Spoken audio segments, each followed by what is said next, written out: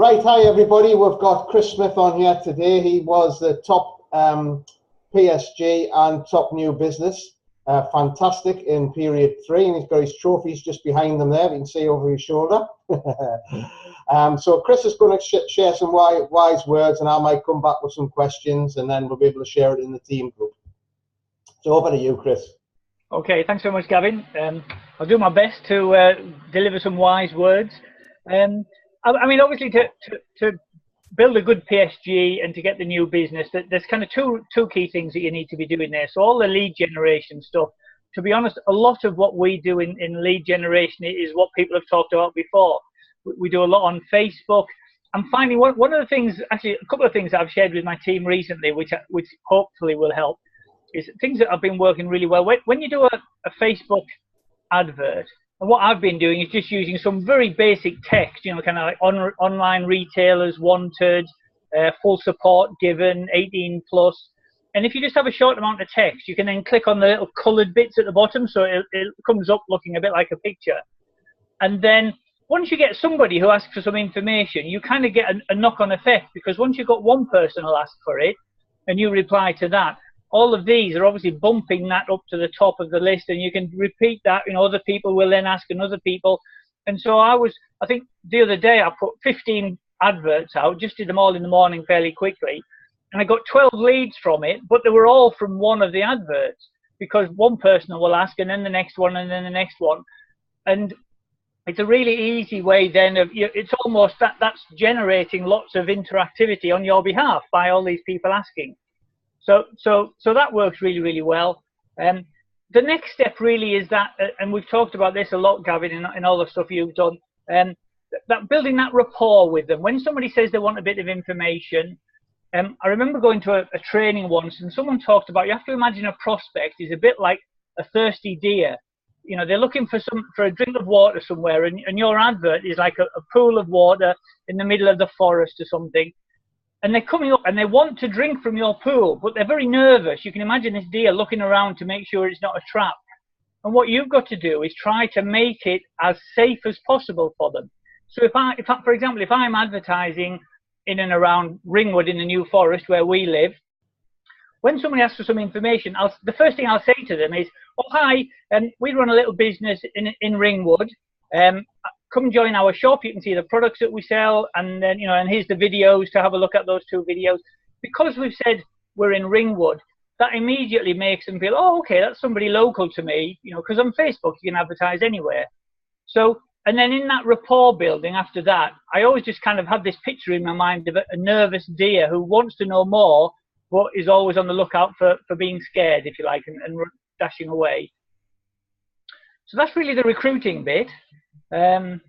In terms of the new business, I think one of the best things I heard was Jennifer Sinnott, who said when she gets somebody new starting, her job is to help them get off to the best possible start.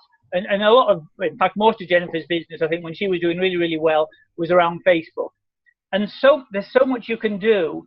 And she used to say, if I have somebody who joins my team and they don't get off to a great start, then I consider that I have failed. So she sort of puts it on herself, if you like, to try to help them get off to a good start. And I thought that's a really good attitude. So that's exactly what I do. You know, I'll help them set up their group. I'll give them some of the pictures of the best sellers to get them started, so they're not having to stumble around at the beginning. I do try to speak to them a lot as well. I know we talk about it's really easy just to text people, but as soon as possible, either when they've joined or during the startup process, I will say, are you free for a quick call? And hopefully by then there's enough trust that they're happy to talk to me. And I think that's a really good way just to build rapport with them as well, just having a quick chat at the beginning with them.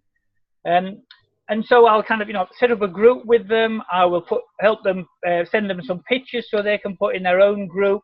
And I always join half a dozen local groups in their area where they are.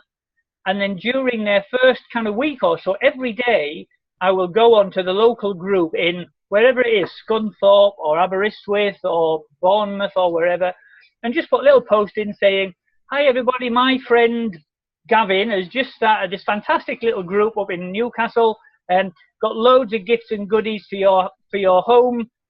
come and have a look at his group, and I'll kind of either put a link or how to find that group. And that does two things. One is hopefully that will start to get them some new members in their group and some orders. But the other thing it does is it shows your new team member that you're really there to help them and support them and get them off to a good start.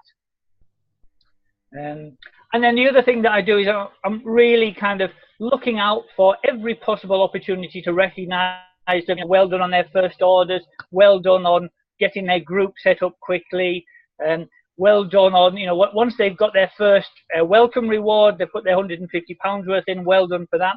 And always tracking how close they are within their 30 days and their first 60 days. If they've got like a week to go and they only need another 80 or 90 or however much it is to get that welcome reward, really make sure they're aware of that, because they've got no idea really of all the different dates and opportunities and incentives and things. That's your job as their sponsor, to make sure they're aware of that and what the cut-off dates and times are for them to achieve their welcome rewards.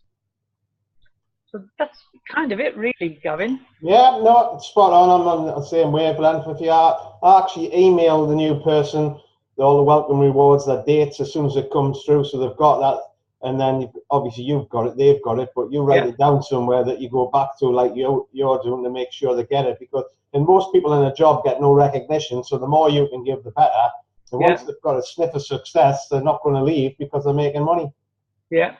And if you can recognize them within your team group, if you've got a support group or whatever, and everybody else in the team recognizes them as well, it's great. It's almost like going up on stage virtually and getting a round of applause and a pat on the back. Sort of sat in front of your own laptop with all that recognition. It's brilliant. Yeah, you can see that work as well when it happens to the new people. They're over the moon that like maybe 10 or 5 or 6 people have just come on straight away and went, well done. And it's a shock to the system, because you don't get that in the real world. Yeah. And that's your job as a sponsor, is to make sure they get as much recognition as possible. Yeah.